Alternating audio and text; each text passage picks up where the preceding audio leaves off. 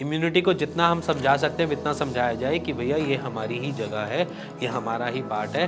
But immunity किसी ना किसी चीज़ से उसको एक सिग्नल मिलते हैं, तो वो सिग्नल देना हम बंद कर देंगे तो जहाँ तक हमारा सोरेसिस ठीक होना चालू हो जाएगा। बेसिकली प्लेग सोरेसिस के बहुत कॉमन है कि आमतौर पे जो हम पेशेंट में मिलता है वो प्लेग सोरेसिस ज़्यादा मिलता है। अब प्लेग सोरेसिस होता क्या, पहले उसको थोड़ा जज कर लें। प्लेग सोरेसिस आपके मोस्ट ऑफ द केसेस में क्या होगा, यहाँ पर होगा, यहाँ पर होगा, बैक पे आना चालू होगा। ये उसकी स्टार्टिंग होती है कि जिससे हम ये पता चलता है कि ये प्लेग सोरेसिस है। अब प्लेग सोरेसिस के अंदर भी सेम हम जो आयुर्वेद के हिसाब से बोलते हैं कि सेम ही प्लेटफॉर्म चलता है। हमारे लिए सोरेसिस कोई अलग अलग जगह नहीं है, बट अगर ये टाइप बनी हुई है गुरुटेट सोरेसिस, पाल्मोप्लांटर सोरेसिस, ये इनकी टाइप्स बनी हुई हैं, स्कैल्प सोरेसिस, बट हमारे लिए सब एक सोरेसिस है जो ऑटोइम्यून डिसऑर्डर है। और ऑटोइम्यून डिसऑर्डर जो आपकी इम्यूनिटी है वो आपको ही अटैक कर रही है, इस वजह से दिक्कत हमें मिल रही है। सोरेसिस में स्किन को वो ऐसा समझती है जैसे कि वो उसके दुश्मन हो, और जब वो दुश्मन को समझने लगती है तो उसके ऊपर अटैक करने लगती है। इसीलिए अगर आप एलोपैथी में जाते हो वहाँ पर इम्यून सप्रेसेंट खिलाए जाते हैं कि आपकी इम्यूनिटी शांत रहे, बिठा दो कि जिसकी वजह से वो अटैक ना कर पाए। बट ऑपोजिट हम ऑल्टरनेट मेडिसिन की तरफ जाते हैं, आयुर्वेद या होम्योपैथ की तरफ, वो आपको ये नहीं कहता कि ये इम्यूनिटी अगर ज़्यादा बूस्ट कर रही है तो उसको शांत किया जाए। हम यहाँ पर कहते हैं कि इम्यूनिटी को समझाया जाए। इम्यूनिटी को जितना हम समझा सकते हैं उतना समझाया जाए कि भैया ये हमारी ही जगह है, ये हमारा ही पार्ट है। बट इम्यूनिटी किसी ना किसी चीज़ से उसको एक सिग्नल मिलते हैं। अब जैसे कि मैं कह देता हूँ डाइट से मिलते हैं, नॉनवेज से मिलते हैं, किसी भी चीज़ से मिलते हैं। अब ये सारे उसको सिग्नल मिलते हैं कि ये हमारी पार्ट नहीं है, तो अब वो सिग्नल देना हम बंद कर देंगे तो जहाँ तक हमारा सोरेसिस ठीक होना चालू हो जाएगा। अब आते हैं प्लेग सोरेसिस पे कि प्लेग सोरेसिस बेसिकली आपके स्टार्टिंग पॉइंट्स यहाँ से बैक से, ठीक है। अब ये स्टार्ट होता है। अब प्लेग सोरेसिस को कैसे आप जल्दी ठीक कर सकते हैं, वही सेम प्लेटफॉर्म है, इसका अलग कोई तरीका नहीं है। समझाता हूँ आपको कैसे।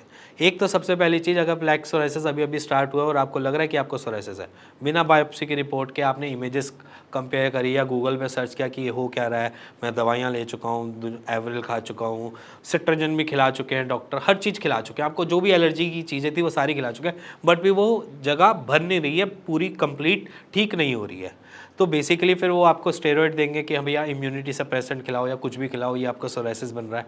अगर आपको पता चल चुका है कि आपको सोरेसिस है और आपको ये भी पता चल गया कि आपका प्लेग सोरेसिस है, तो प्लेग सोरेसिस के लिए भी सेम प्लेटफॉर्म है कि नमक छोड़ दो आज से, और साइड बाय साइड नॉनवेज छोड़ दो, और इसके ऊपर ज़्यादा खुजलाने से आपको दिक्कत बढ़ेगी, तो खुजलाने के लिए आप मॉइस्चराइज़र वगैरह यूज़ कर लो, या फिर सबसे बढ़िया मैं बोलता हूँ कि नारियल का तेल यूज़ कर लो, हर घर में मिल जाता है, नारियल का तेल यूज़ कर लो।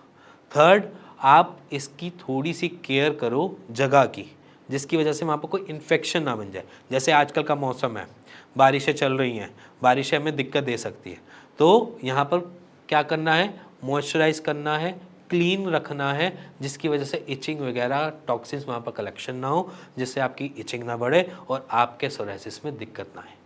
सेम चीज़ है, कोई अलग नहीं है। ग्यूटेट सोरेसिस में भी सेम बोलूँगा मैं, ठीक है।